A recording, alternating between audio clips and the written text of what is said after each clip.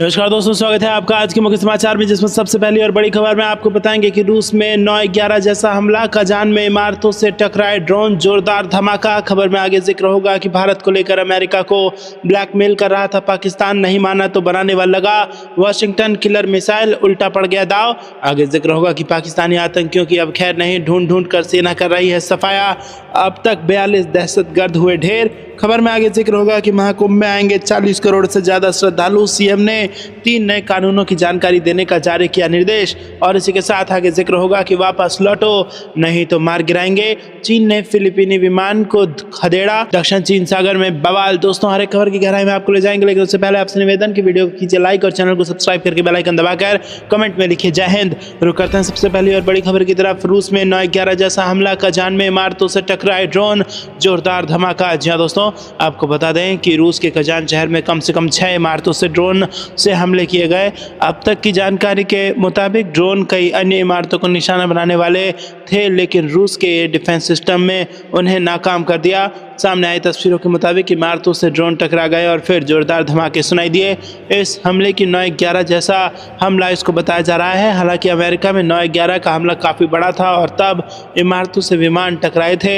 इस हमले में जान माल का बड़ा नुकसान हुआ था। हालांकि रूस में हुए हमले में अब तक किसी के हताहत होने की खबर नहीं है। रुक करते हैं अगली ब्रेकिंग न्यूज़ की तरफ। भारत को लेकर अमेरिका को ब्लैकमेल कर रहा था पाकिस्तान, नहीं माना तो बनाने लगा वाशिंगटन किलर मिसाइल, उल्टा पड़ गया दाव। जी हाँ दोस्तों, आपको बता दें कि जो बाइडेन सरकार के अंतिम दिनों में पाकिस्तान और अमेरिका के बीच संबंध तनावपूर्ण हो गए हैं। अमेरिका के उपराष्ट्रीय सुरक्षा सलाहकार जॉन फिनर ने खुलासा किया है कि पाकिस्तान अमेरिका किलर परमाणु मिसाइल बनाने में जुटा है। इसका मतलब है कि पाकिस्तान सरकार की कोशिश है कि वो अंतर महाद्वीपीय मिसाइल बनाए। इसके लिए पाकिस्तान अंतरिक्ष कार्यक्रम का झूठ दुनिया को बोल रहा था।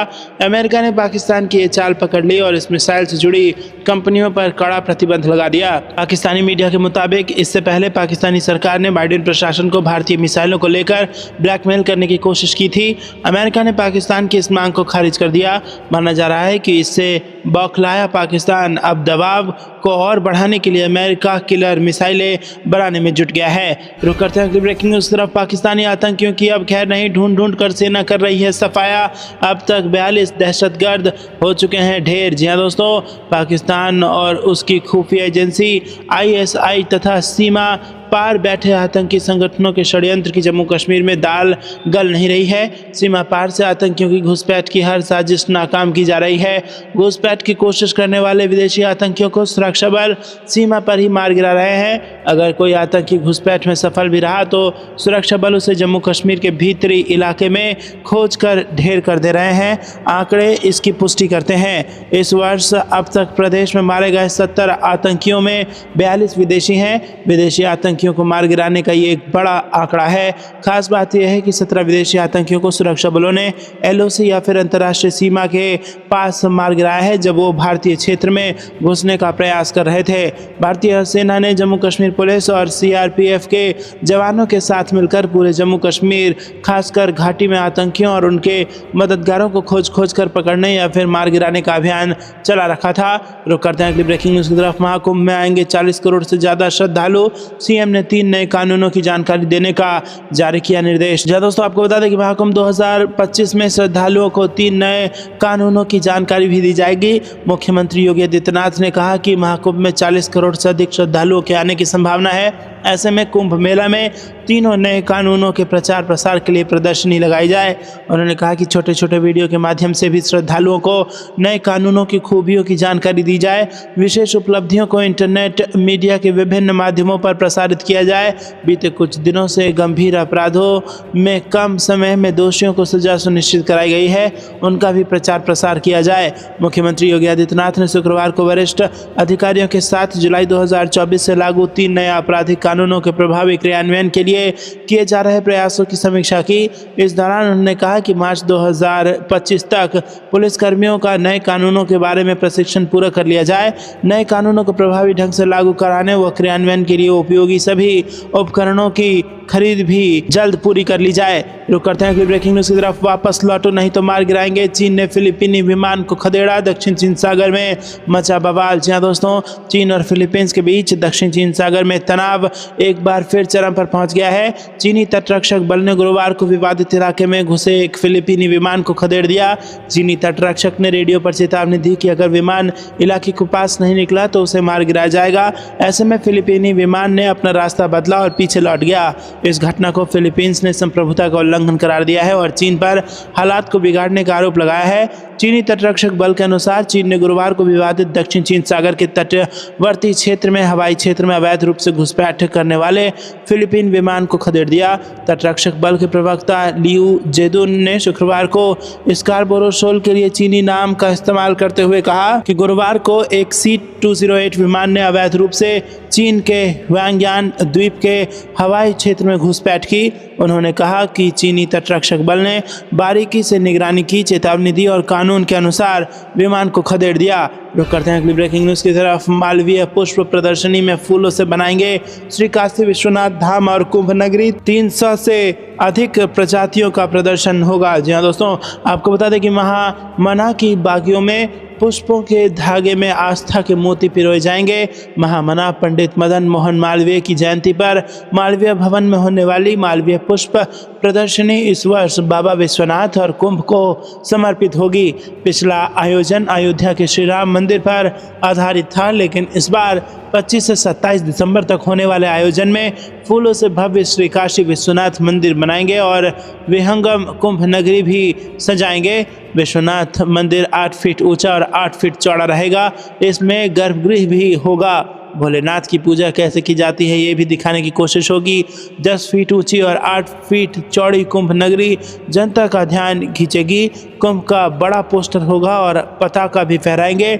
2 तरफ मोर बनाएंगे और पर्यावरण संरक्षण का संदेश भी देंगे। रुक करते हैं अगली ब्रेकिंग न्यूज़ की तरफ, क्या AIP तकनीक से समंदर की खूंखार शेरनी बनेगी भारतीय पनडुब्बियां, ताकते रह जाएंगे पाकिस्तान और चीन। जी हाँ दोस्तों, आपको बता दें कि भारत के एक तरफ अरब सागर तो दूसरी ओर बंगाल की खाड़ी और हिंद महासागर है।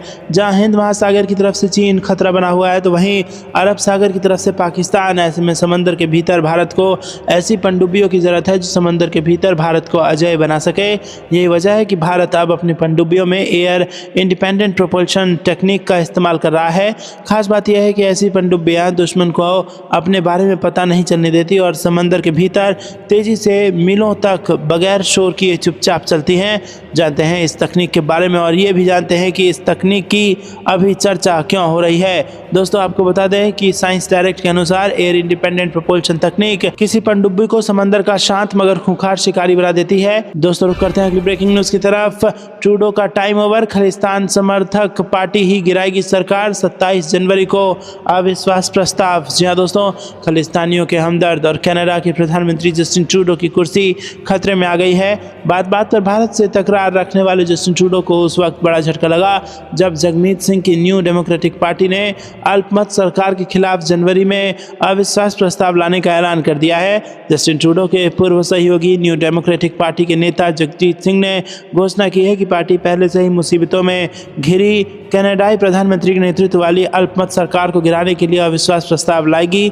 जगमीत सिंह ने खुले पत्र में इसकी घोषणा की। जगमीत सिंह ने कहा कि वो अल्पमत वाली लिबरल सरकार को गिराने के लिए 27 जनवरी को शीतकालीन अवकाश के बाद हाउस ऑफ कॉमन्स सदन में औपचारिक रूप से अविश्वास प्रस्ताव पेश करेंगे।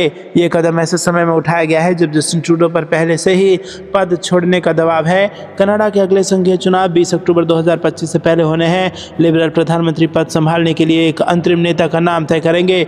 रुक करते हैं अगली ब्रेकिंग न्यूज़ की तरफ। भारतीय सेना में शामिल की जाएगी नई K9 वज्रतोप। रक्षा मंत्रालय ने L&T के साथ किया 7,628 करोड़ का समझौता। जी हाँ दोस्तों, आपको बता दें कि रक्षा मंत्रालय ने 155 mm/12 कैलिबर की K9 वज्र T स्वचालित तोप खरीदने के लिए लार्सन एंड टूब्रो से समझौता किया है। ये तोप भारतीय थल सेना में शामिल किए जाएंगे। ये पूरा सौदा 7,628.70 करोड़ का है और रक्षा मंत्रालय की ओर से जारी बयान में कहा गया है। रक्षा सचिव राजेश कुमार सिंह की मौजूदगी में शुक्रवार को कंपनी के प्रतिनिधियों और मंत्रालय के वरिष्ठ अधिकारियों से समझौते पर हस्ताक्षर किए। तो दोस्तों, आपको क्या कुछ लगता है कमेंट में जरूर बताइए। वीडियो को लाइक नहीं किया तो लाइक जरूर कीजिएगा। रुक करते हैं अगली ब्रेकिंग न्यूज की तरफ। चीन ने भारत से संबंधों को सराहा। पीएम मोदी को बताया दोस्त।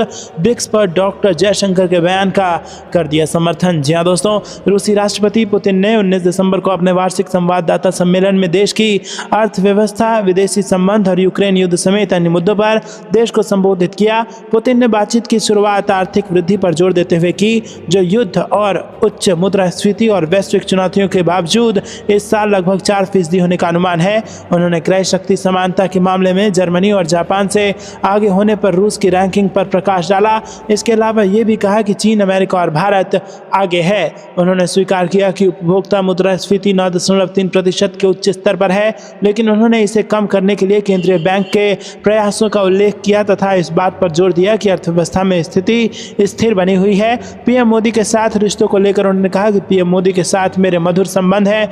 एशिया में मेरे बहुत सारे दोस्त हैं, उनमें भारत और चीन भी शामिल है। रुक करते हैं अगली ब्रेकिंग न्यूज की तरफ। रूस से भारत के लिए चला 3900 टन का महाविनाशक युद्धपोत INS सुशील। चीन पाकिस्तान की बढ़ेगी टेंशन, एक्सपर्ट से जानिए इसकी ताकत। जी हाँ दोस्तों, आपको बता दें कि भारतीय नौसेना का गाइडेड मिसाइल फ्रिगेट INS सुशील रूसी शहर कालिनिनग्राद से भारत के लिए रवाना होगा और इस युद्धपोत को 9 दिसंबर को रक्षा मंत्री राजनाथ सिंह की मौजूदगी में भारतीय नौसेना में शामिल किया गया था। 125 मीटर की लंबाई और 3900 टन का यह जहाज घातक मारक क्षमता रखता है।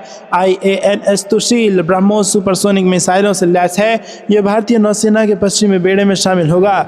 इस युद्धपोत से हिंद महासागर में भारतीय नौसेना की ताकत बढ़ेगी। इस क्षेत्र में पिछले कुछ वर्षों में चीन की नौसेना ने बार बार आक्रामकता दिखाई है। साउथ चाइना मॉर्निंग पोस्ट ने कई डिफेंस एक्सपर्ट से भारत के इन नए युद्धपोत और चीन के साथ टकराव पर बात की है। विश्लेषकों का कहना है कि भारत प्रशांत क्षेत्र में बढ़ते तनाव और चीनी पाकिस्तान के साथ नौसैनिक प्रतिस्पर्धा के बीच इंडियन नेवी समुद्री सुरक्षा पर ध्यान केंद्रित कर रही है। INS सुशील भी इसी दिशा में एक कदम है। ये जहाज पाकिस्तान और चीन की बढ़ती नौसैनिक ताकत को देखते हुए भारत के लिए बेहद अहम है। यह मुख्य रूप से अरब सागर और पश्चिमी हिंद महासागर में रहेगा। रुक करते हैं अगली ब्रेकिंग न्यूज की तरफ। गृह मंत्री अमित शाह ने की SSB की तारीफ, कहा सीमा सुरक्षा और नक्सलवाद से निपटने में इसकी अहम भूमिका। जी हाँ दोस्तों, पश्चिम बंगाल के रानीडांगा स्थित सिलीगुड़ी फ्रंटियर मुख्यालय में सशस्त्र सीमा बल के 61वें स्थापना दिवस समारोह में केंद्रीय गृह मंत्री अमित शाह शामिल हुए। उन्होंने कहा कि सशस्त्र सीमा बल ने नेपाल और भूटान जैसे पड़ोसी देशों के साथ भारत की सीमाओं को सुरक्षित रखने में अहम भूमिका निभाई है और इसके साथ ही बिहार और झारखंड में नक्सलवाद से निपटने में भी महत्वपूर्ण योगदान दिया है। दोस्तों, आपको बता दें कि केंद्रीय गृह मंत्री ने कहा कि सिलीगुड़ी, गलियारे और पूर्वोत्तर क्षेत्र में सशस्त्र सीमा बल की सतर्कता और उपस्थिति ने सुरक्षा की भावना को मजबूत किया है।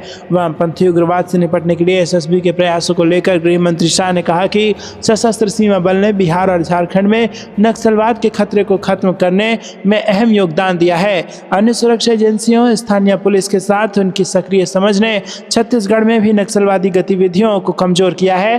केंद्रीय गृह मंत्री अमित शाह ने सशस्त्र सीमा बल से सीमा आंदोलन के दौरान राष्ट्र विरोधी गतिविधियों पर अंकुश लगाने और ऐसे मामलों को कानून प्रवर्तन एजेंसियों को सौंपने के लिए कहा। शाह ने कहा कि SSB का 61वां स्थापना दिवस राष्ट्रीय सुरक्षा के प्रति हमारी प्रतिबद्धता को पुष्ट करने का दिन है। SSB के जवानों ने राष्ट्रीय हितों को प्राथमिकता देने और अवैध गतिविधियों को रोकने का अद्भुत काम किया है। रुक करते हैं अगली ब्रेकिंग न्यूज की तरफ। मोदी सरकार पूर्व CJI चंद्रचूड़ को दे सकती है ये बड़ा अहम पद, अंतिम मुहर लगना बाकी। जी हाँ दोस्तों, सुप्रीम कोर्ट के पूर्व CJI DY चंद्रचूड़ को मोदी सरकार राष्ट्रीय मानवाधिकार आयोग का अध्यक्ष बना सकती है। प्रधानमंत्री नरेंद्र मोदी की अध्यक्षता वाली समिति ने बुधवार को राष्ट्रीय मानवाधिकार आयोग के अगले अध्यक्ष का चयन करने के लिए बैठक की। इस महत्वपूर्ण बैठक में गृह मंत्री अमित शाह, लोकसभा में नेता प्रतिपक्ष राहुल गांधी और राज्यसभा में नेता प्रतिपक्ष मल्लिकार्जुन खड़गे शामिल थे।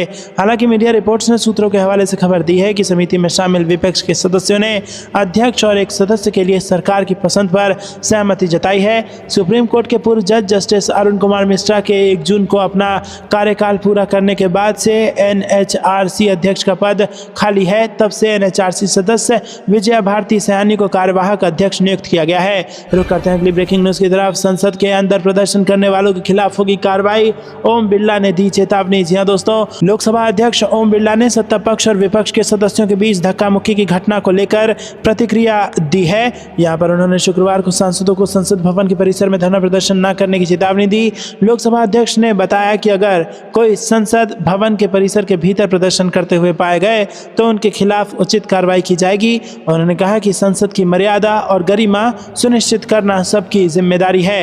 लोकसभा अध्यक्ष ओम बिरला ने कहा, माननीय सदस्यगण, मैं आपसे आग्रह करता हूं कि संसद की गरिमा और मर्यादा बनाए रखना सबकी जिम्मेदारी है। संसद भवन के किसी भी द्वार पर प्रदर्शन करना उचित नहीं है, आपको नियमों का पालन करना पड़ेगा। उन्होंने आगे कहा कि इसे गंभीरता से लें, किसी भी स्थिति में संसद भवन के द्वार पर और परिसर में प्रदर्शन ना करें, नहीं तो संसद को उचित कार्रवाई करनी पड़ेगी। गृह मंत्री अमित शाह की बाबा साहेब अम्बेडकर से संबंधित टिप्पणी को लेकर विरोध जताते हुए विपक्षी सदस्यों ने मार्च निकाला तो भाजपा सांसदों ने कांग्रेस पर बाबा साहेब के अपमान का आरोप लगाते हुए प्रदर्शन किया। संसद भवन के मकर द्वार के निकट सत्ता पक्ष और विपक्ष के सदस्य एक दूसरे के सामने आ गए और जमकर नारेबाजी की।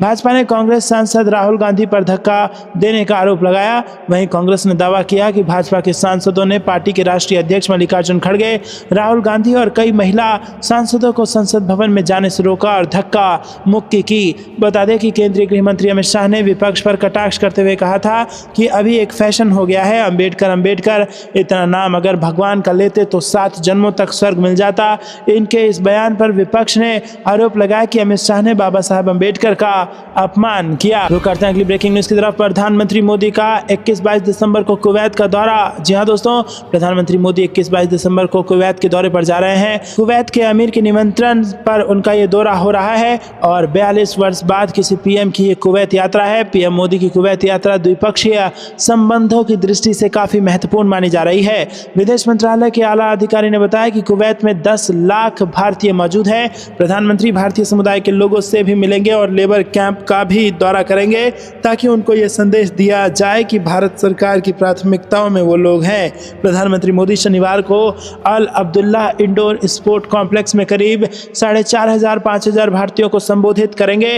रुक करते हैं अगली ब्रेकिंग न्यूज की तरफ। महाकुंभ जाने वालों को स्पाइस जेट ने दी खुशखबरी। प्रयागराज के लिए स्पेशल फ्लाइट्स का कर दिया ऐलान। जी दोस्तों, उत्तर प्रदेश के प्रयागराज में महाकुंभ की तैयारियां जोरों पर हैं और इसी बीच स्पाइस जेट एयरलाइंस ने भी भक्तों के लिए खुशखबरी दी है। खबर है कि कंपनी ने प्रयागराज के लिए विशेष फ्लाइट्स का ऐलान किया है जो रोज उड़ान भरेंगी। महाकुंभ की शुरुआत 13 जनवरी 2025 से होने जा रही है। स्पाइस जेट एयरलाइंस ने जानकारी दी है कि खास महाकुंभ के लिए दिल्ली, मुंबई, बेंगलुरु और अहमदाबाद, प्रयागराज तक स्पेशल फ्लाइट शुरू की जा रही हैं। ये उड़ानें 12 जनवरी से शुरू होकर 28 फरवरी 2025 तक संचालित होंगी और इनके चलते लाखों तीर्थयात्रियों को लाभ मिलने के आसार हैं। कंपनी ने कहा कि सिर्फ स्पाइस जेट ही अहमदाबाद से प्रयागराज तक नॉन स्टॉप फ्लाइट संचालित कर रही है। कंपनी के चीफ बिजनेस ऑफिसर देबोज महर्षि ने कहा कि महाकुंभ मेला सिर्फ धार्मिक आयोजन नहीं है बल्कि आस्था, भक्ति और एकता का प्रतीक है। स्पाइस जेट में हम इस अविश्वसनीय यात्रा के लिए आसान कनेक्टिविटी और सुविधाजनक यात्रा प्रदान कर गर्व महसूस कर रहे हैं। 4 बड़े शहरों से प्रयागराज तक स्पेशल डेली फ्लाइट्स के जरिए हमारा मकसद ये सुनिश्चित करना है कि देश भर से श्रद्धालुओं की चिंता के बगैर इस पवित्र आयोजन में शामिल हो सके। रुक करते हैं अगली ब्रेकिंग न्यूज की तरफ। बीजेपी को 20 जनवरी के बाद मिल जाएगा नया अध्यक्ष और इस महीने के अंत तक होगा मंडल अध्यक्षों का चुनाव। जी हां दोस्तों, भारतीय जनता पार्टी को 20 जनवरी के बाद अपनी पूर्ण कार्यकाल वाला अध्यक्ष मिल जाएगा। सूत्रों ने बताया कि इस महीने के अंत तक भाजपा के मंडल अध्यक्षों का चुनाव हो जाएगा और 15 जनवरी तक सभी राज्यों के प्रदेश अध्यक्षों का चुनाव हो जाने की संभावना है। 20 जनवरी के बाद भाजपा अपने अध्यक्ष का चुनाव करने की स्थिति में होगी। बीजेपी के राष्ट्रीय अध्यक्ष जेपी नड्डा ने पिछले दिनों राष्ट्रीय चुनाव अधिकारी और प्रदेश इकाई से समन्वय के लिए केंद्रीय पर्यवेक्षकों की नियुक्ति का ऐलान किया था। उत्तर प्रदेश और बिहार दोनों बड़े राज्यों का केंद्रीय पर्यवेक्षक राष्ट्रीय महामंत्री विनोद तावड़े को बनाया गया है। रुक करते हैं ब्रेकिंग न्यूज की तरफ। मौसम, दिल्ली एनसीआर में धुंध के साथ कड़ाके की ठंड, दक्षिण भारत में बारिश। अपने शहर का मौसम जाने। जी हां दोस्तों, दिल्ली एनसीआर में ठंड अपना रंगत दिखा रही है। दिल्ली के कुछ हिस्सों और नोएडा, गाजियाबाद और गुरुग्राम जैसे आसपास के इलाकों में पिछले कुछ दिनों से घने कोहरे की चादर छाई हुई है। उत्तर भारत के अन्य हिस्से भी कड़ाके की ठंड की चपेट में है। हिमाचल प्रदेश और जम्मू कश्मीर में के कुछ हिस्सों में तापमान जमाव बिंदु से नीचे बना हुआ है। वहीं दक्षिण भारत में बारिश होने के आसार हैं। दिल्ली में न्यूनतम न्यूनतम तापमान बीते कल की तुलना में अधिक रहा है। सबसे कम तापमान 7.5 डिग्री सेल्सियस दर्ज किया गया है। उत्तर भारत के मैदानी इलाकों में न्यूनतम टेम्परेचर ज़्यादातर 4 से 10 डिग्री सेल्सियस के बीच है। उत्तर भारत और पूर्वी भारत में तापमान में कोई बड़ा बदलाव नहीं हुआ है। यहाँ न्यूनतम तापमान -1.5 से 1.5 डिग्री सेल्सियस तक तापमान बना हुआ है। देश के दक्षिण भागों में ज़्यादातर प्रायद्वीपीय भारत के तटीय भागों में न्यूनतम तापमान में अधिक गिरावट देखी जा रही है। आपको क्या कुछ लगता है दोस्तों, कमेंट में जरूर बताइए। वीडियो को लाइक नहीं किया तो लाइक जरूर कीजिएगा और चैनल को सब्सक्राइब करके बेल आइकन दबाकर कमेंट में जय हिंद जरूर लिखिए।